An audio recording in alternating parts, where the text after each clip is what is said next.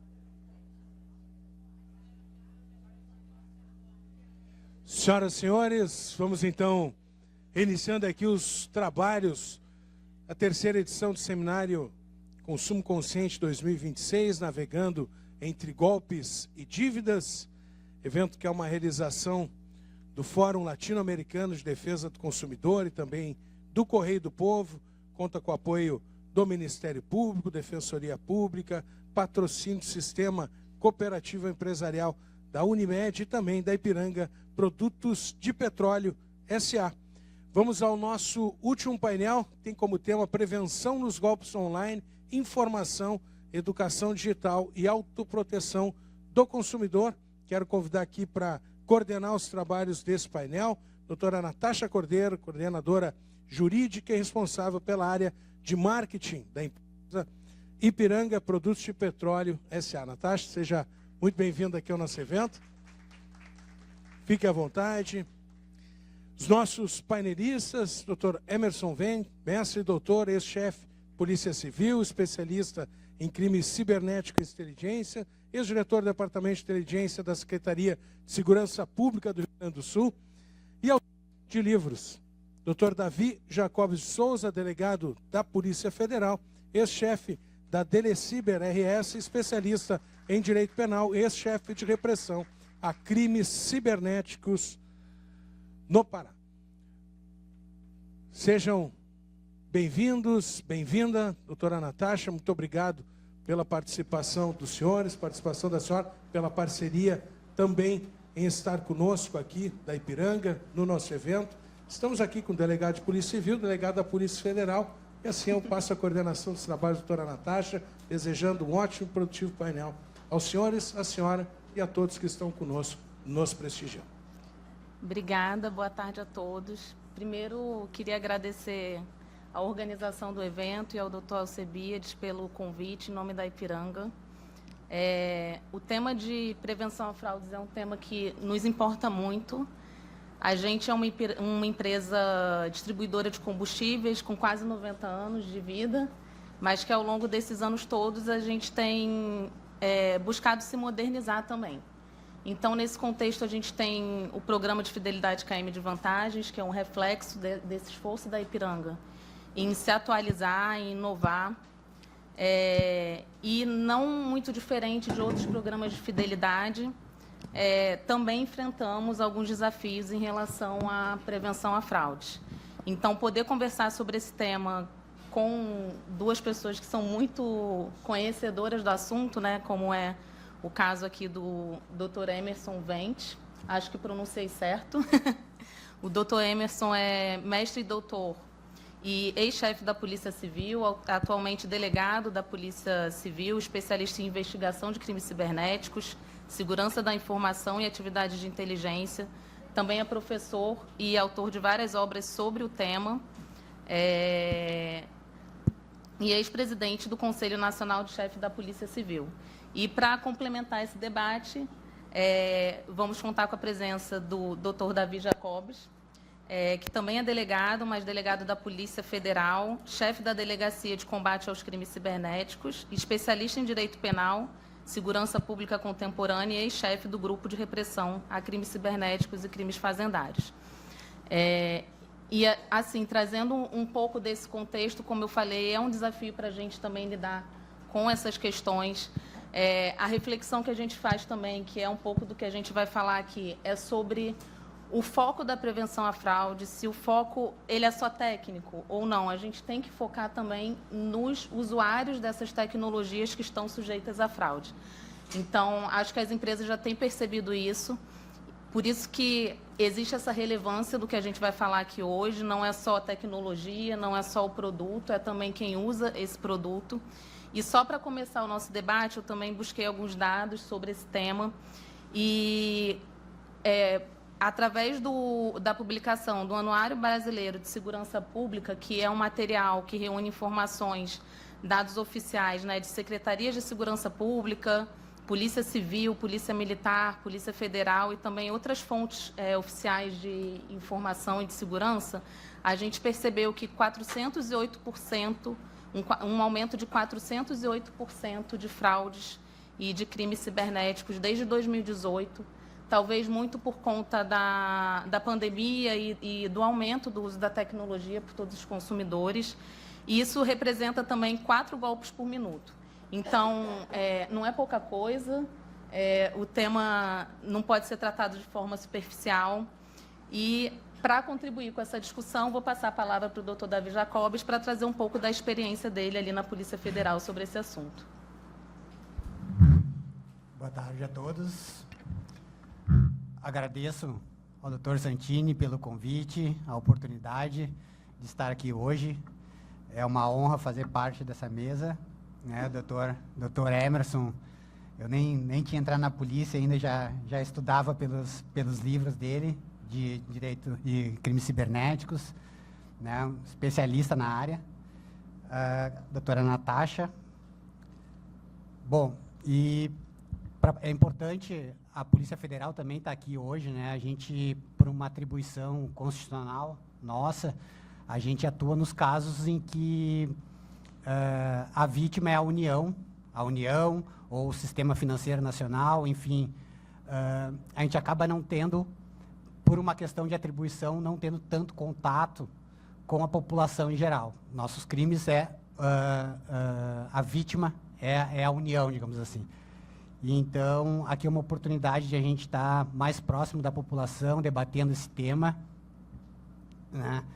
E os números que a doutora Natasha trouxe aqui agora, esse aumento, né, foi o que motivou, dentro da Polícia Federal, a criação de uma diretoria em Brasília, a DCyber, e, consequentemente, nos estados, a criação das delegacias de crimes cibernéticos. Foi a partir de 2023 que foi criada essa diretoria e a delegacia que eu estou hoje, a DeleCyber, foi criada também em 2023, motivado por esses números, né?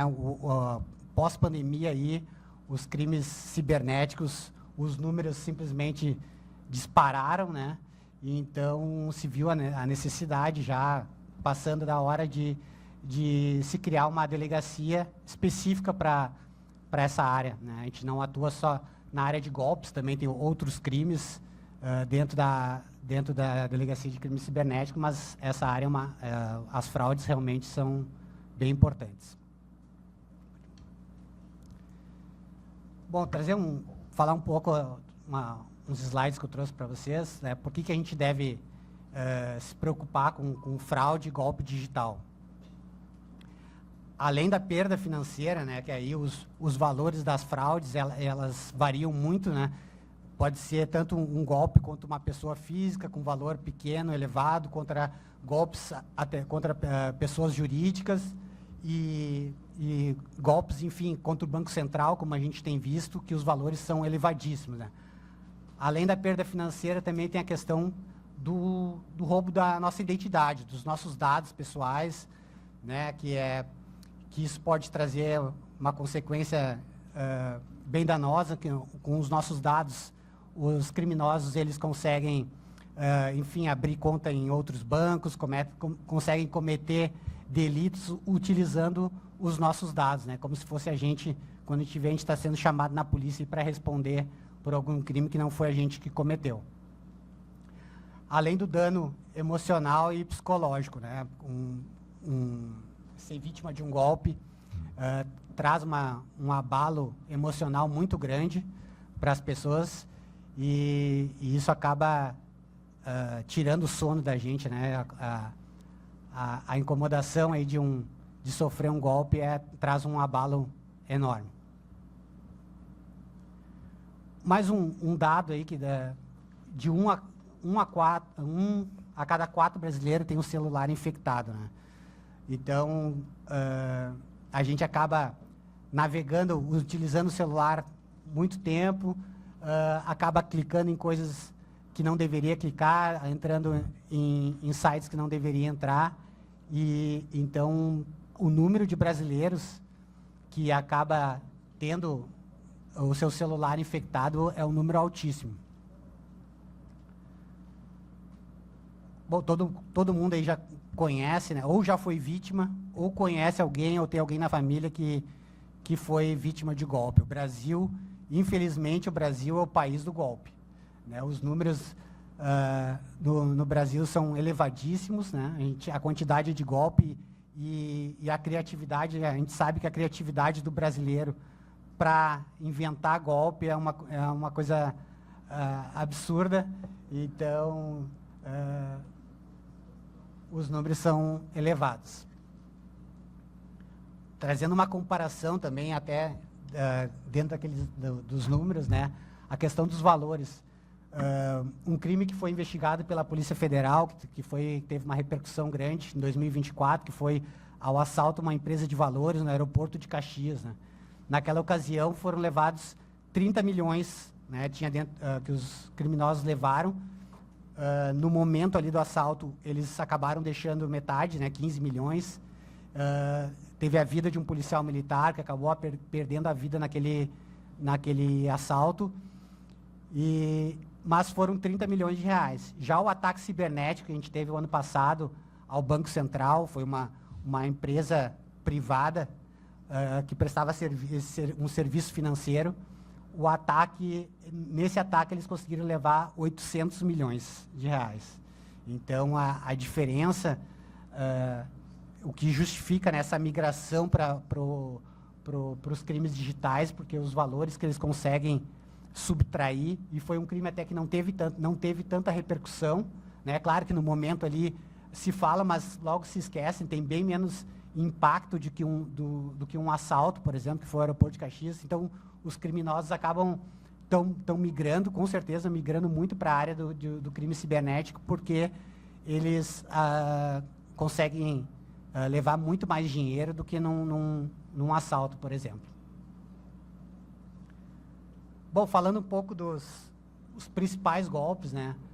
O phishing, que é um termo em inglês já bem conhecido, né? Que vem do termo pescaria, ainda continua sendo uma das principais formas de golpe.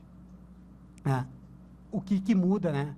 Na questão do phishing é a engenharia social, o golpe é o mesmo, porém, o Dr. Emerson também pode falar um pouco mais depois sobre engenharia social, né? Mas o phishing ele continua ativo, continua sendo um dos principais golpes aí aplicado pelos criminosos. Também a questão do boleto falso. Ontem mesmo vi uma notícia de uma operação da Polícia Civil que os criminosos falsificavam boletos para pagamentos, só que, claro, aí com uma engenharia social, né, eles captavam pessoas que que queriam, que tinham empréstimo, queriam quitar suas dívidas e acabavam se valendo dessa situação para atrair as pessoas e fornecer um boleto falso para pagamento. A falsa central bancária ainda está bem ativa e já caiu um pouco, né, mas continua ainda, muitas pessoas ainda continuam caindo nesse golpe. Umas dicas aí, né, para não cair em phishing seria a questão de sempre verificar aí os links suspeitos que são encaminhados. Como eu disse, né, a engenharia social ela muda, o e-mail em si ele vai mudar, mas sempre vai ter um clique aqui, sempre vai ter um linkzinho para a pessoa clicar e aí vai ser direcionado para um site malicioso. Aconselho sempre verificar o remetente do e-mail, verificar o e-mail olhar o e-mail que está sendo encaminhado e acessar os sites diretamente pelo navegador. Quando receber um e-mail, receber um SMS, fazer esse caminho inverso, né? E pesquisar qual é o site, verdadeiro daquela empresa, quem é que está mandando, quem é aquela empresa, fazer uma pesquisa, né, nos sites de busca, enfim, isso já facilita bastante, né, já previne bastante o fato de estar caindo em num golpe. O golpe do suporte, falso suporte técnico, a gente recebe uma ligação aí de alguém se dizendo de uma empresa, né? Tem situações que os criminosos se dizem com a questão do home office. Às vezes a pessoa está trabalhando em casa e recebe uma ligação, porque os criminosos já sabem a empresa que a pessoa trabalha e elas se dizem do suporte técnico da própria empresa que a pessoa trabalha. E aí, enfim, ela diz, tá com problema, porque todo mundo sempre está com a internet lenta, né? Então, eles sempre, tá com problema de navegação, a gente vai resolver seu problema, enfim. Então, assim, sempre cuidar com ligação, quando recebe uma ligação de um suporte técnico, sempre não querer resolver na hora, ir atrás e verificar se realmente quem está ligando é de um suporte técnico mesmo, verificar o telefone, enfim. Central telefônica de banco, bom, isso aí os criminosos, né, estão estabelecendo esses escritórios do crime, né, eles conseguem imitar aí uma central de banco e, enfim, fazem realmente igual uma central telefônica e aí tipo, muitas pessoas acabam caindo, né, a gente tem que... As dicas seriam nunca fornecer acesso remoto. Quando pedir o acesso, já desconfia. E também a questão de instalação de programa no seu celular. Então, a dica também é a mesma de anterior. É sempre retornar a ligação, o número que está ligando, dizer para a pessoa, não, espera aí um pouquinho que eu vou retornar a ligação. E aí fazer a ligação para o local que está se dizendo. Formas aí de se proteger na internet seria a verificação da segurança dos sites, conferir sempre se o site realmente é seguro e atualizar os softwares nos seus próprios computadores. Bom, acho que a importância sempre o golpe ele vai estar sempre... enfim, os criminosos vão estar sempre renovando a sua maneira de aplicar o golpe. Porém, eu considero que esses fatores, eles sempre se mantêm, que são a urgência, o medo e a promessa de ganho fácil, né? Essas três situações sempre são utilizadas pelos criminosos, e principalmente a urgência, né? Porque para a pessoa não poder verificar quem está entrando em contato. Então, a questão da urgência ela é muito utilizada. Então, toda vez que for solicitado que seja feito algo naquele momento, que não pode esperar, sempre a chance de ser um golpe é muito grande. E a questão do ganho fácil, né? Não acreditar. É claro que eles se valem os criminosos, muitas vezes, eles se valem de uma situação da pessoa, de vulnerabilidade, a pessoa está passando por uma dificuldade financeira, está precisando de dinheiro, então os criminosos acabam se valendo disso para entrar em contato com uma pessoa e oferecer uma situação aí, muitas vezes a pessoa vê aquilo como uma salvação, né? Ela está passando por um momento de dificuldade, está devendo, então os criminosos eles se valem disso para oferecer, fingir que estão oferecendo crédito, né? Quando na verdade estão aplicando aí mais um golpe.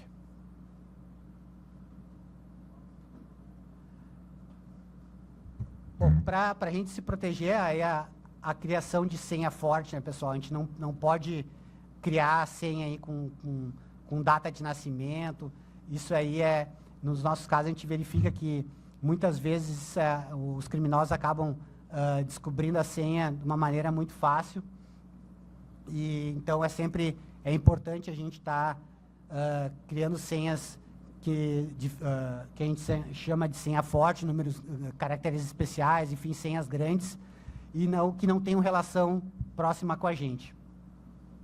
E utilização, hoje em dia, tem a autenticação em 2 fatores, isso também inibe bastante a aplicação de golpe, a invasão de sistemas, utilizando a autenticação em 2 etapas.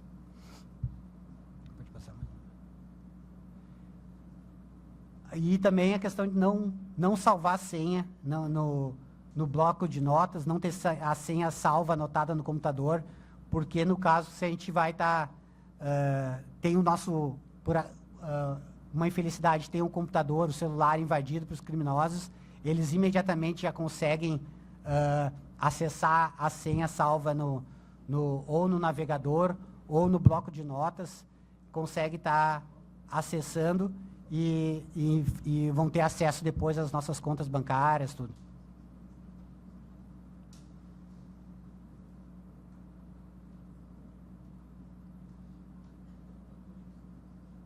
Travou?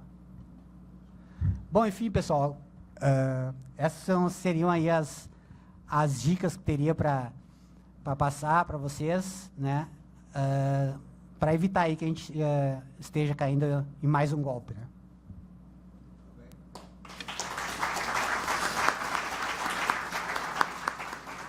Obrigada, doutor Davi. É interessante a gente ver também, através dessa apresentação, como existe uma variedade de modalidades de fraude. Então, não é uma fraude só, não é um assunto só. A gente tem um cardápio muito diverso de tipos de fraude. Acho que a tecnologia, da forma como ela vai evoluindo e trazendo novos produtos, ela traz também novas modalidades de se cometer fraude. E esse é o grande desafio que eu vejo aqui nesse tema de prevenção a fraudes. Então, para falar um pouco disso, sobre nossas oportunidades, principalmente em educação de consumidor, informação, e eu vou passar a palavra para o doutor Emerson, para compartilhar com a gente um pouco da experiência dele também. Tá bom, boa tarde, pessoal. Agradecer aqui especialmente o Santini pelo convite, em nome de toda a rede do consumidor do Estado, e saudar a nossa moderadora aqui, doutora Natasha, e o doutor Davi. Um privilégio estar debatendo com vocês. Essa temática, naturalmente, não é nova. Eu acho que a gente sempre fala da questão de golpes, ou até mesmo de qualquer tipo de situação envolvendo o objetivo da vantagem financeira indevida há bastante tempo. Para vocês terem uma ideia, lá no século XV, quando os piratas eram presos, ficavam nas masmorras, e a forma deles aplicarem golpe em senhores feudais era mandando uma carta dizendo que sabiam onde estava enterrado um determinado tesouro. Eles contariam desde que fosse paga a liberdade ou até mesmo paga um determinado valor para familiares. Então, esses golpes eles foram se adaptando com a questão do tempo. Então, enfrentar os golpes no dia a dia é muito mais do que uma questão técnica. Claro, os técnicos precisam compreender até para a gente para poder investigar, mas é uma questão cultural mesmo. Ou seja, hoje com o contexto digital, a gente precisa urgentemente de um letramento digital num contexto geral, assim. E quando eu falo letramento digital, eu não estou falando necessariamente em usar um navegador, uma rede social, mas algumas questões que a gente até considera como óbvias, algumas delas trazidas aqui pelo Dr. Davi.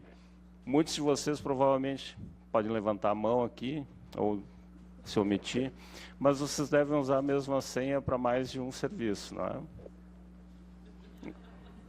Então, aqui a gente já precisaria de um letramento digital.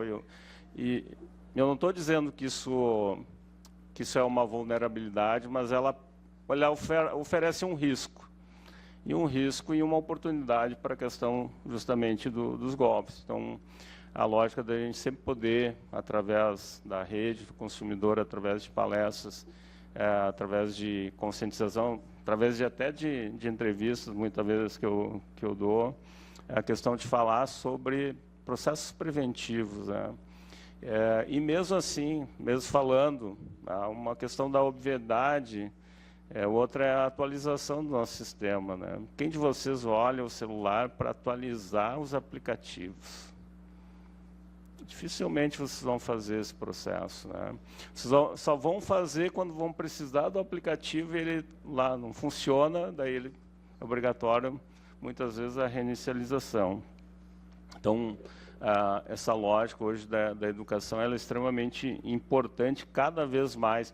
E lembrando, né, em janeiro de 2023, se não me falha a memória, nós tivemos uma lei nacional falando da Política Nacional de Educação Digital, em que obriga, inclusive, que escolas, universidades, setores governamentais possam inserir nos seus contextos a questão da educação digital. Isso envolve não só a parte de segurança, a parte de prevenção à fraude, dentre outros aspectos. Mas, o que falar, né? E aí o Dr. Davi trouxe aqui alguns exemplos, né? O cara que liga, sabe onde você mora, tem o seu telefone, sabe quem é que é seu parente, sabe de onde saem esses dados?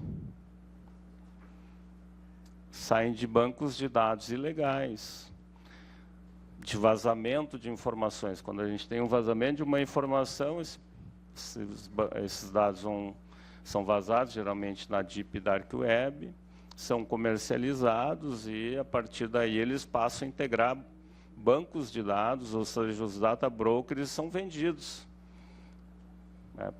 pelos criminosos. Então, os criminosos colocam lá o CPF do Emerson, sabe, que é onde que ele teve conta, quais os telefones, quem é que são os parentes, e as pessoas ficam apavoradas com isso. Como é que uma pessoa tem tantos dados a meu respeito? E aí, quando alguém aplica, por exemplo, o golpe que a gente chama de golpe da facção, dizendo assim, eu sou da facção X, Y, dizendo, e a gente sabe onde você mora, a empresa que fica do lado, ou mora em frente e tal, é claro que a pessoa muitas vezes vai acreditar e vai cair no golpe. O medo, né, a lógica do medo de cair. O medo é um gatilho. É um gatilho muito impactante para que as pessoas caiam na engenharia social. E hoje qualquer sentimento que nós, como seres humanos, temos é um gatilho provável de utilização em termos justamente de golpes. É a mesma lógica, assim, eu acho que estamos falando de consumidor. Vocês já devem ter entrado numa loja sem precisar comprar nada e saírem de lá comprando alguma coisa que vocês não precisavam, né? O que o vendedor fez? O vendedor achou o gatilho certo para que vocês fizessem uma compra. O criminoso faz isso constantemente. Ele acha o gatilho certo para que a gente caia num determinado golpe É uma situação. Vou contar um caso até de um amigo meu que foi meu colega lá de colégio agrícola ainda, tempos passados, e hoje ele está no Centro-Oeste. Ele me encontrou agora na virada do ano e disse assim: Emerson, meu irmão vive me pedindo dinheiro. E teve um dia que eu recebi uma mensagem de um número se dizendo que era ele. Eu peguei, salvei o número dele, desse número novo, e deletei o anterior e transferi o dinheiro para ele. E aí, quando ele me pediu a segunda vez, que não era comum, eu percebi que eu fui vítima de golpe. Percebam a situação, né, de utilizar, e muitas vezes a gente está no processo de emergência, então isso acontece justamente na questão desse golpe do falso familiar. Acontece no golpe do falso advogado, que infelizmente está muito comum no Brasil todo, em que falsos advogados informam sobre ganhos, ações ganhas, quando o próprio advogado sequer sabia que tinha saído a decisão judicial. Então, o monitoramento constante que eles têm das redes sociais, das informações oficiais, de outros dados, auxiliam bastante este contexto. Então, eles sempre vão utilizar o que está em voga. E aí, o doutor Davi falou da questão de instalação de vulnerabilidade, né? Muitos de vocês aí, o que está em voga hoje, essa semana, agora nos últimos dias? Copa do Mundo. Sabiam que existe um golpe da questão da troca de figurinhas, da venda de figurinhas da Copa? Ou seja, comprar uma figurinha, ou até mesmo, se vocês, muitas vezes tem gente baixando, né, clicando em PDFs para baixar a lista completa de figurinhas para poder imprimir e botar. Às vezes, os criminosos utilizam justamente esse subterfúgio para propagar códigos maliciosos pelo WhatsApp, pelos meios mais diversos, até por e-mail. E até, se vocês quiserem, a infinidade de golpes é grande. Tem um colega que é delegado do Piauí, meu amigo, amanhã ele chega aqui porque a gente tem um evento da área de investigação digital. Ele tem um e-book na internet gratuito. Ele fala sobre 70 tipos de golpes diferentes. O nome do livro dele é Bom Demais para Ser Verdade. É uma indireta, né? Vamos dizer assim, uma indireta sobre justamente as pessoas acharem que alguma coisa vai ser tão bom que possa ser verdade. E é o mesmo tipo de gatilho que é aplicado no golpe dos nudes, da novinha, em São Paulo, que é muito comum, lá onde a doutora Natasha vive atualmente, a questão do golpe do motoboy, ou do falso presente. Então, no aniversário, sabem exatamente pelo banco de dados do aniversário, mando, né, um motoboy supostamente com presente de uma loja conhecida de chocolates. Chega lá, a pessoa diz: estou ganhando um presente, que legal. Não, mas tem que pagar o frete. E passa o cartão, né, supostamente com o frete que seria mínimo, com a maquininha, com a tela geralmente quebrada, ou que não dá para visualizar. O cara diz assim: desculpa, deu um erro, pode passar de novo. E passa 3 ou 4 vezes, 3, 4, 5 mil reais em cada passada de cartão. Então, os golpes acabam se proliferando justamente pela questão da falta de cuidado. Eu, por exemplo, quem de vocês não tem Netflix hoje, né? Eu sofro tentativas de ataque às minhas contas semanalmente, diariamente, né? Até por trabalhar com investigação. E hoje eu recebi um e-mail como se alguém estivesse tentando entrar na minha conta de Netflix. A primeira coisa que eu fiz, ao invés de clicar em algo, verificar, foi perguntar se meus filhos tinham resetado a senha ou porque tinham esquecido, justamente para verificar o que eu poderia fazer na sequência. Essa é a lógica, ou seja, do que clicar. A primeira coisa que uma pessoa faz, geralmente, é clicar no link, que pode ser um e-mail fraudulento, inclusive, justamente para que eu coloque a senha anterior ou coloque alguma informação para eles poderem acessar. Mas eu acho que passei um pouquinho da pergunta, mas só queria falar um detalhe, né? Hoje em dia, essa questão de golpes, As pessoas me perguntam bastante, doutor Santini, o que se faz primeiro, quando eu sou vítima de golpe? E as pessoas ficam apavoradas, que eu digo assim, não registra a ocorrência policial primeiro. A primeira coisa que tu tens de fazer é proteger teu patrimônio e proteger tua intimidade. Então, primeiro tu vai no banco, tu vai no cartão de crédito e faz os bloqueios devidos, faz as reparações devidas, necessárias. E aí tu também vai compreender exatamente onde tu foi vítima e qual é o tamanho do golpe que tu foi vítima. E, principalmente, quando contatar o setor bancário, pedir para acionar o protocolo do mecanismo especial de devolução previsto pelo Banco Central. O banco é obrigado a fazer esse acionamento e por isso que a pessoa tem que pedir exatamente numa ligação gravada, porque se o banco não tomar essa medida, pode até haver, lá pelo 14 do CDC, uma busca de reparação nesse sentido. Segundo, a questão da intimidade. Então, verificar contas de e-mail, contas de rede social, para ver se não tiveram algum problema, trocar senhas, colocar duplo fator de autenticação, registrar as evidências de preferência, ou seja, tem pessoas que apagam, ficam com medo, apagam arquivos, deletam conversas, dependendo do contexto, é claro, especialmente em golpe dos nudes, golpe da novinha, que é muito comum as pessoas apagarem tudo, ficarem apavoradas, e a prova se perde numa investigação.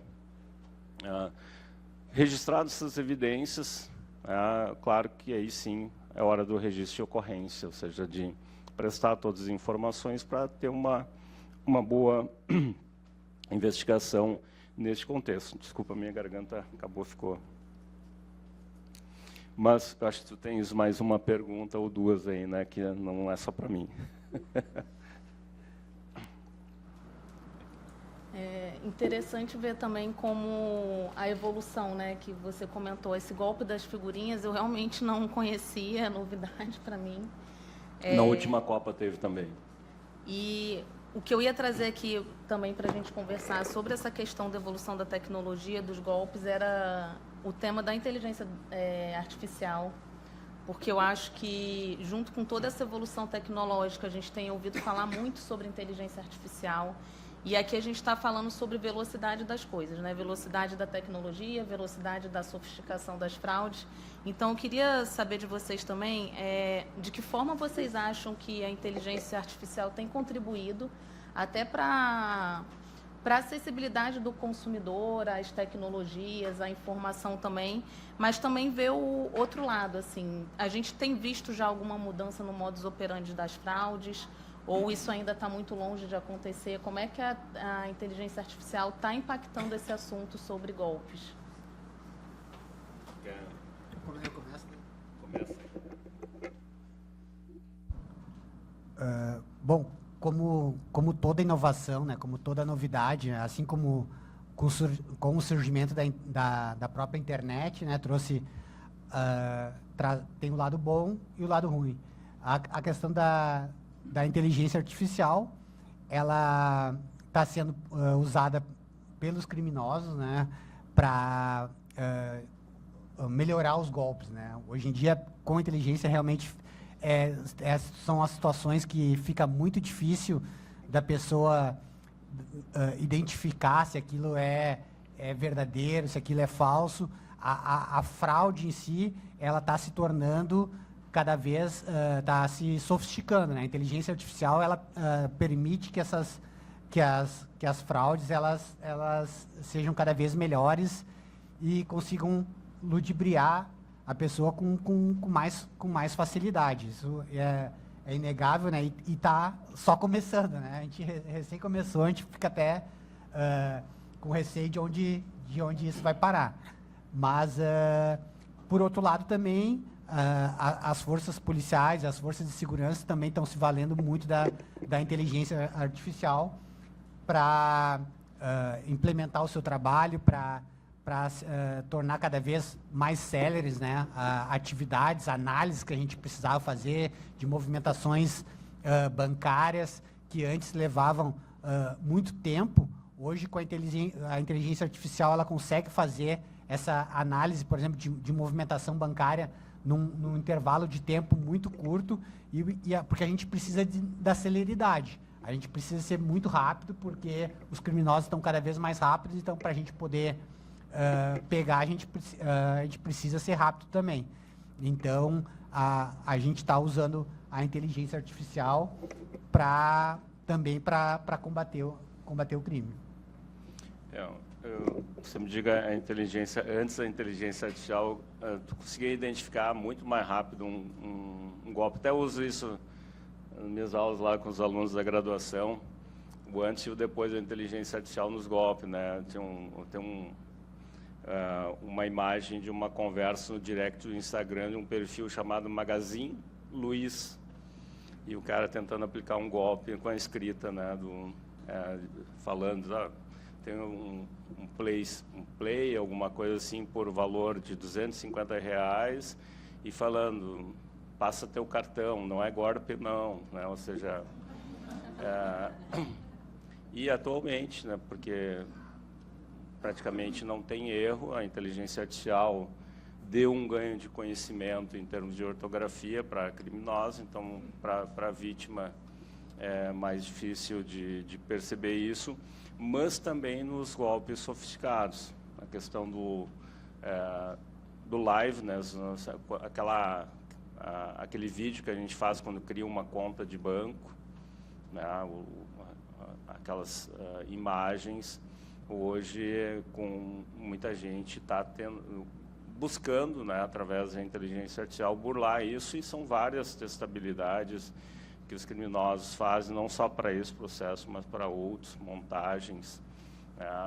Existe criminoso que, para entrar em determinadas empresas, ele pega as informações faciais da pessoa que é credenciada para entrar na empresa e monta a imagem dele sobre aquela informação. Sabe que, quer dizer, nem todo mundo sabe disso, mas para você fazer o reconhecimento facial, em regra, os mecanismos de reconhecimento facial podem pegar de um rosto em torno de 121 pontos diferentes.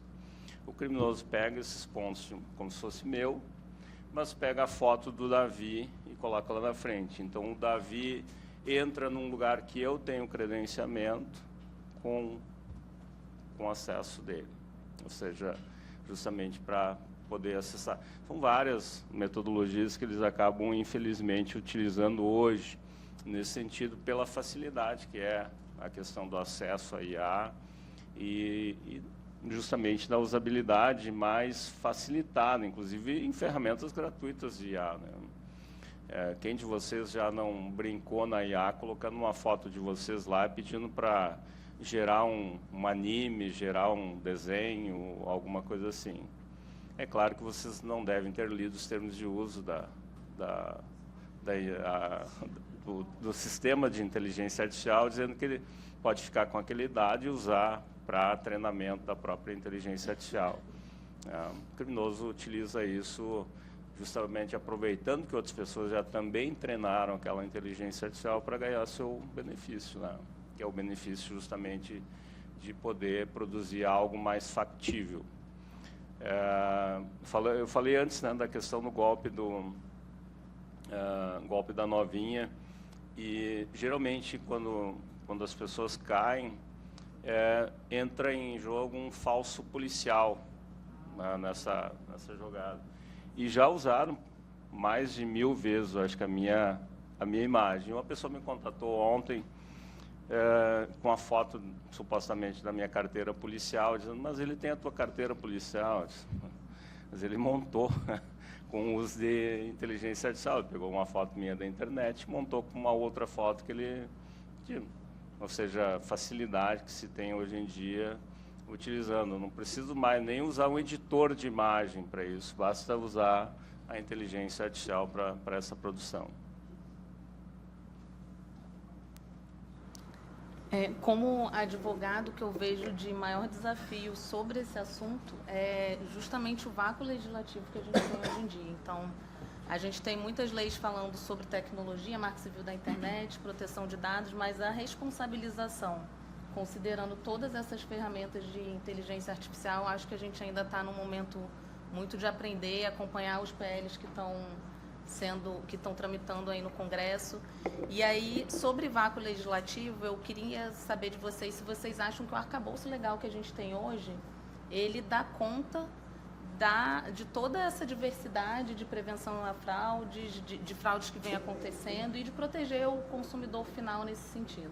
Bom, vou me permitir responder primeiro, porque essa pergunta tem bem a ver com a minha tese de doutorado, né? Eu fiz um levantamento de toda a linha do tempo legislativa sobre isso, apontando toda a evolução. O Brasil tem, embora todo mundo fale da Lei Geral de Proteção de Dados desde 2018, com vigência a partir de 2020, mas o Brasil tem legislação penal de proteção de dados desde 1990, com o Código de Defesa do Consumidor. A primeira regra de proteção penal de dados que nós temos no Brasil. Então, a minha linha do tempo começa ali e chega... a gente pode dizer que chega atualmente nessa legislação que foi aprovada agora recentemente, endurecendo um pouco mais a questão das penas relacionadas a crimes patrimoniais, inclusive criando o crime de conta laranja, ou seja, de uso, de criação de conta laranja e empréstimo de conta laranja, que é previsto no Código Penal, lá no artigo 171.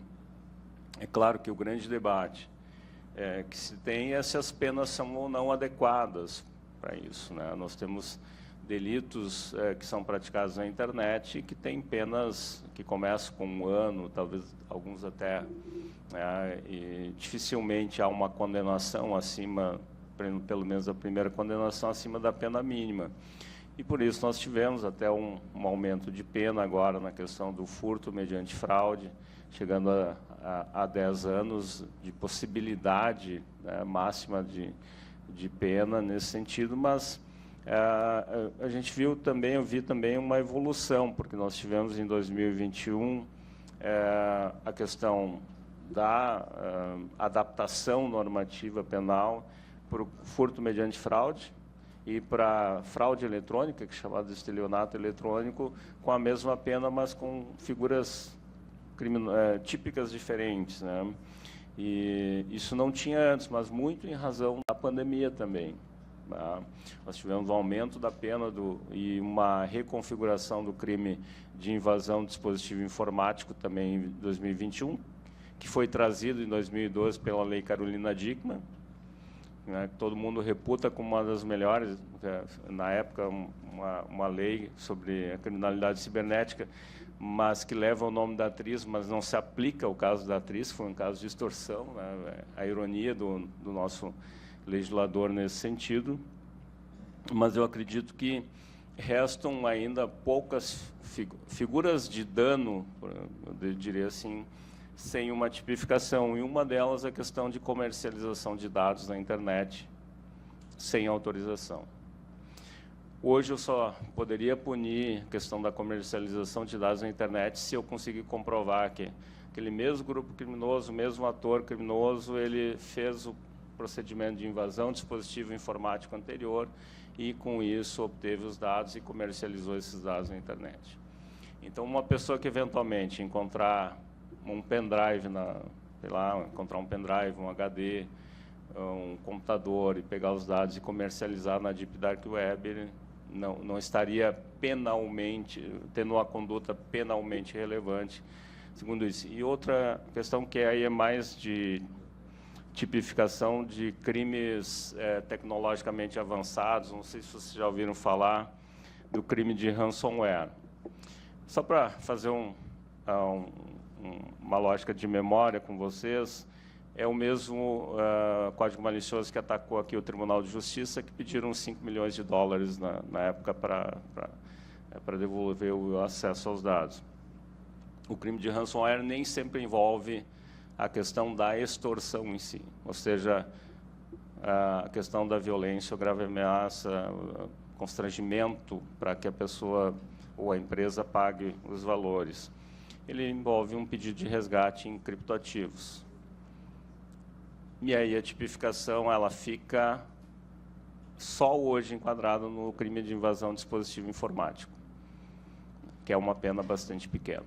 Não, ou seja, dá para enquadrar, mas proporcionalmente, pela relevância do tipo penal, para você ter uma ideia, na Alemanha, um ataque de ransomware num hospital causou a morte de uma mulher, porque desligou vários equipamentos, o hospital não conseguiu religar todos a tempo, e uma mulher acabou falecendo. Então, a depender do sistema atacado, tem outros efeitos também nesse sentido. Claro que aí, para mim fica claro, um criminoso que ataca ciberneticamente um hospital, ele não tem o dolo direto de matar, mas ele assume o risco de produzir o resultado. Então, tem um homicídio com dolo eventual, pelo menos no meu ponto de vista.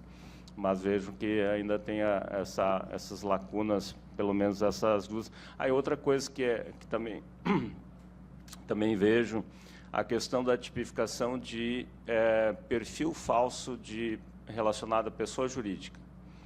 Nós temos o crime de falsa identidade no artigo 307 do Código Penal, mas não temos uma possibilidade de enquadrar quando uma pessoa cria um perfil falso de uma empresa, só se ele for utilizado como meio para um crime mais grave, como geralmente é o caso do estelionato, mas simples criação para alguma outra finalidade não há tipificação. Eu trago isso também pela reflexão, né, de vários colegas pelo Brasil todo nessa temática.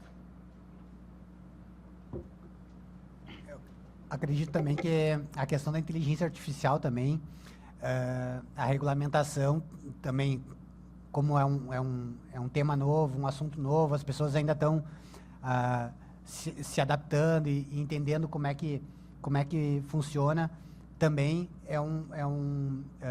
vai levar um tempo ainda para se regulamentar o uso da inteligência artificial, até mesmo como é que as instituições públicas vão trabalhar com inteligência artificial, qual inteligência que vai usar, enfim, todas essas questões que envolvem a inteligência artificial, elas ainda não estão carecendo de regulamentação, né?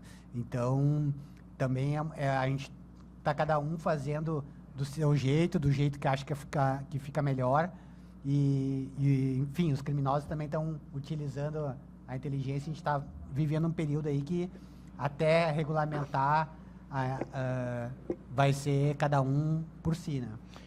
Sabe que sobre isso até tem um projeto 2338 bastante comentado no Congresso Nacional, né? Mas até fazendo uma referência à doutora Karen aqui, a melhor legislação hoje nacional, e claro que é referente à parte da inteligência artificial, é do CNJ. Uma resolução atualizada, o ano passado, 615, se não me falha a memória, que estabelece princípios, diretrizes, limites da utilização de inteligência artificial dentro do Poder Judiciário, que, aliás, tem o programa Justiça 4.0, que tem no seu bojo lá pelo menos 145, se não me falha a memória, inteligências artificiais diferenciadas em todos os tribunais de justiça do Brasil. Então, o Poder Judiciário, um juiz pode utilizar a inteligência artificial validada pelo CNJ, claro, pelo seu tribunal. Eu sempre cito para os alunos nas minhas palestras como o melhor exemplo hoje de normativa no Brasil sobre isso. É claro que o Brasil ainda precisa amadurecer muito. A gente teria que chegar num nível de não precisar de regulamentação, de poder utilizar uma tecnologia sem precisar que o direito viesse socorrer a gente para regular alguma coisa ou para controlar alguma coisa, né? Obrigada, doutor Davi, doutor Emerson. Acho que as reflexões de hoje... Ah, sim. Alguma pergunta, pessoal? Tem.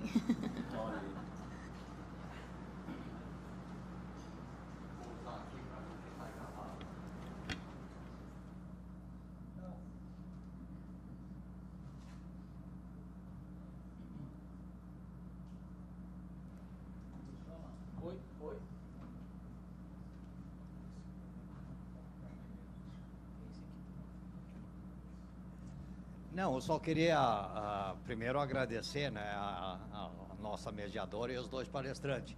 Mas eu acho que é a oportunidade também dos nossos participantes fazer alguma pergunta. Eu tenho uma colocação, uma informação, duas constatações e uma pergunta. Bem pontual. Em 97, 98, nós somos pioneiros pelo Ministério da Justiça, o Grupo Ipiranga ajudou, Sulpetro e Delegacia do Consumidor a combater as primeiras adulterações de combustível no estado do Rio Grande do Sul. Naquela época tinha uma delegada, que era porreta, a delegada Zélia, uma baiana casada com um gaúcho. E a gente começou a identificar alguns postos, né, que faziam adulteração. E ela afirmava publicamente que na relação de consumo, em algumas situações tem que prender os dois, o fornecedor e o consumidor. Esse é o fato, é a informação. Duas contestações.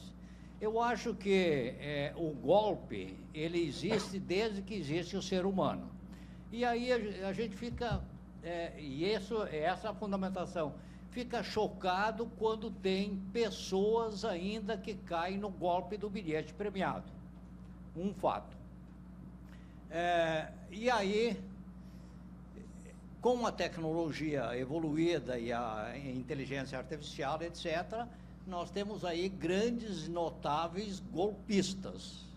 E aí a constatação é o seguinte: qual é a fundamentação dos conhecedores desse segmento, desse comportamento do consumidor, que muitas vezes leva ao encontro e facilita ele cair no golpe, né? Como o exemplo do bilhete. E quando é que se justifica os órgãos competentes de combater o sonegador, eles, para melhorar o seu conhecimento, contratam o notável aplicador de golpes, que já existe essa situação. Ou menos a gente ouve pela mídia, que muitas vezes prende o cara que é o criador, o especialista e inovador de golpes, prende, talvez na negociação da pena ou da condenação, tem uma troca de função. Quando é que se justifica essas duas coisas? O comportamento do consumidor, que facilita a entrar no golpe, e se é verídico contratar alguns especialistas em golpes para ajudar os órgãos de fiscalização. Bom, a questão do golpe, eu acho que ela envolve diversos fatores, né? Primeiro, a habilidade do golpista, né? Às vezes, a questão do golpe do bilhete, né? O cara o golpista tem uma lábia que é impressionante, é uma habilidade, digamos assim, do estelionatário em ludibriar a pessoa. E por outro lado, a vulnerabilidade da pessoa que está caindo no golpe, a ganância, né? A questão do ganho fácil, ela acaba sendo ludibriada por essa situação. Claro que existem diversas outras situações, né? A questão que nem o Dr. Emerson falou, hoje em dia a questão do pegar daqui a um pouco uma criança que está colecionando a figurinha da Copa, né? Aquela emoção de, pô, essa figurinha não tem, o criminoso trabalha com essa fragilidade, digamos assim, da pessoa, com essa empolgação que gera, achando que vai levar uma vantagem, que vai ganhar, e aí que no fim é em cima disso que o criminoso trabalha, né?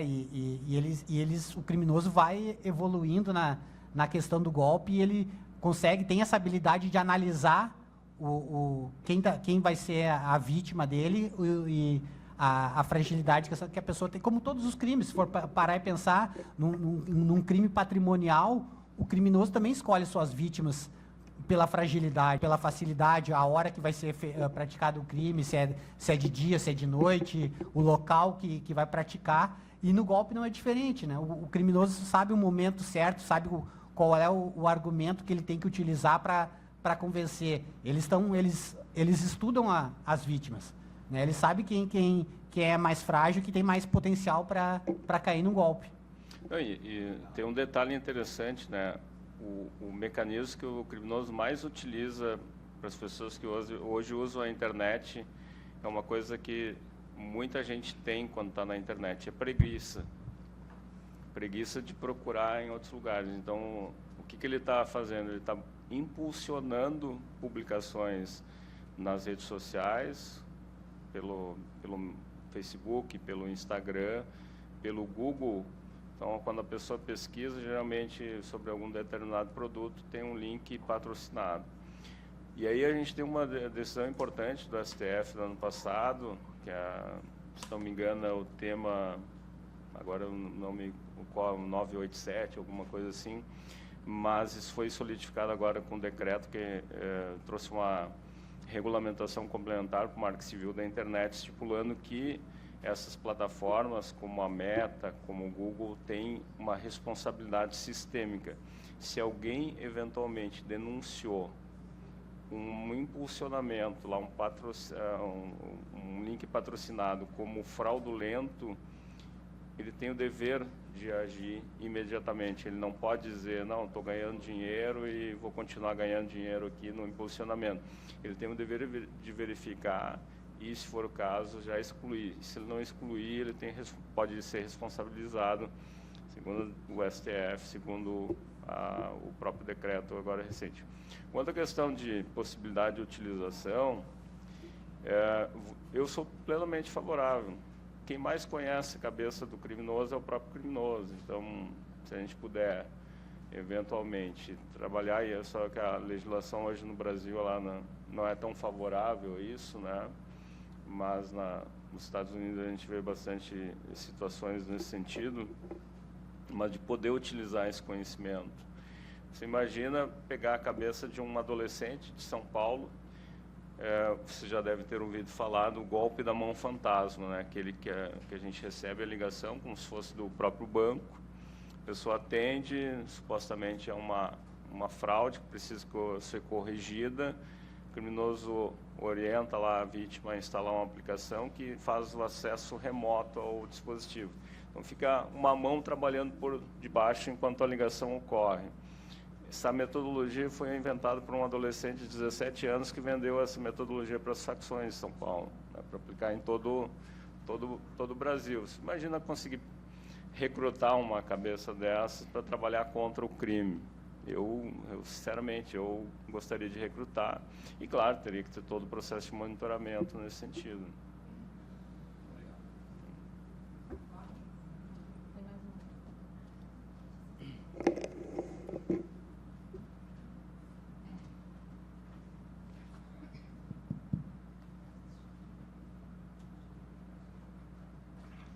Boa tarde a todos.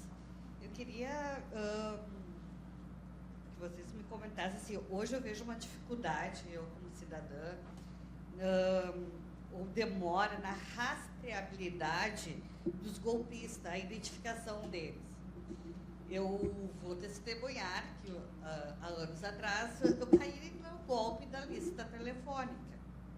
E por medo, né, que eu não queria que fosse registrado a dívida, que era para ser gratuita, no cartório, porque eu não queria sujar o nome da minha empresa. E esse golpista entrou em contato, dizendo que ele iria ser registrado tudo, e eu, em choque, fiz o que ele pediu. Mas eu procurei na época o PROCON, né, e para registrar, porque era um golpe, né? E eu vejo ainda essa dificuldade de como o cidadão ter esse retorno de quando ele cai no golpe do boleto, o golpe da lista telefônica. Não existe mais, mas um exemplo, né? Então, como é visto a estratégia dos órgãos de investigação, o retorno para as vítimas? Existe isso hoje? É uma estratégia? Pode. Na verdade, assim, essa é uma lógica que, infelizmente, hoje, pela questão até mesmo do PIX facilitar a questão da pulverização dos valores, dificulta bastante a questão, não da rastreabilidade, mas da recuperação dos valores, né? Por isso que é importante aquela primeira medida que eu mencionei lá, que é o do mecanismo especial de devolução. Aquilo é muito mais efetivo do que, a posteriori, uma ação de recuperação. Embora algumas investigações que a gente tem acompanhado trabalham também não só a questão da apuração do fato, mas a questão da lavagem de dinheiro envolvido. E quando tem essa investigação complementar, é que tem uma possibilidade grande de se recuperar os valores, apreendendo o patrimônio dos criminosos envolvidos, para poder, e justamente nos casos de estelionato e fraude, é algo que, a depender, claro, da decisão do judiciário, de poder isso retornar, ser leiloado e poder retornar para as vítimas, por exemplo. Mas aí depende de uma ação complementar. A atribuição de polícia judiciária, de polícia investigativa, é a apuração da materialidade do crime e da autoria. A recuperação do bem envolvido na situação pode ser uma consequência possível e desejável, na maioria das vezes, mas nem sempre possível.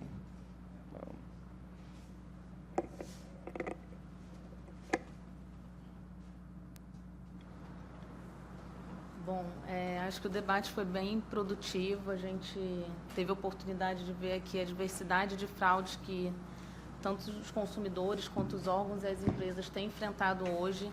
A tecnologia veio para ajudar a vida de todo mundo, dos órgãos, das empresas, dos consumidores, e essa velocidade é um fator que a gente não vai ter como fugir. Então, fica a provocação aqui para a gente entender como que a gente pode trabalhar cada vez melhor na conscientização dos consumidores, na melhoria dos processos, até dentro das empresas também, questões de segurança, mas principalmente focando ali em quem é a principal vítima desses processos de fraude. Eu agradeço o doutor Emerson e o doutor Davi pelas contribuições, ao doutor Acebiades também pelo convite, e encerro esse painel. Muito obrigado, doutora Natasha, doutor Emerson, doutor Davi. Muito obrigado a todos que estiveram conosco nessa tarde. Assim, a gente vai encerrando os trabalhos do nosso fórum. Vamos fazer aqui um registro, uma entrega de uma lembrança aos participantes do painel. Presidente Alcebiades, por gentileza. Também diretor do Correio do Povo, João Miller, vem aqui à frente também para fazer essa entrega aqui. Vamos fazer esse registro final aqui. Gil, vem também. O senhor que é vice-presidente, vamos fazer esse último registro junto aqui para finalizar. Muito obrigado. Prazer contar com a presença, prestígio de todos que estiveram conosco. Nosso agradecimento aí em nome do Fórum Latino-Americano de Defesa do Consumidor, do Jornal Correio do Povo, as parcerias aí da Assembleia Legislativa, Ministério Público, também da Defensoria Pública e também aos patrocínios do Sistema Cooperativo Empresarial da Unimed e da Ipiranga Produtos de Petróleo S.A. Muito obrigado, um bom final de tarde e até nosso próximo encontro.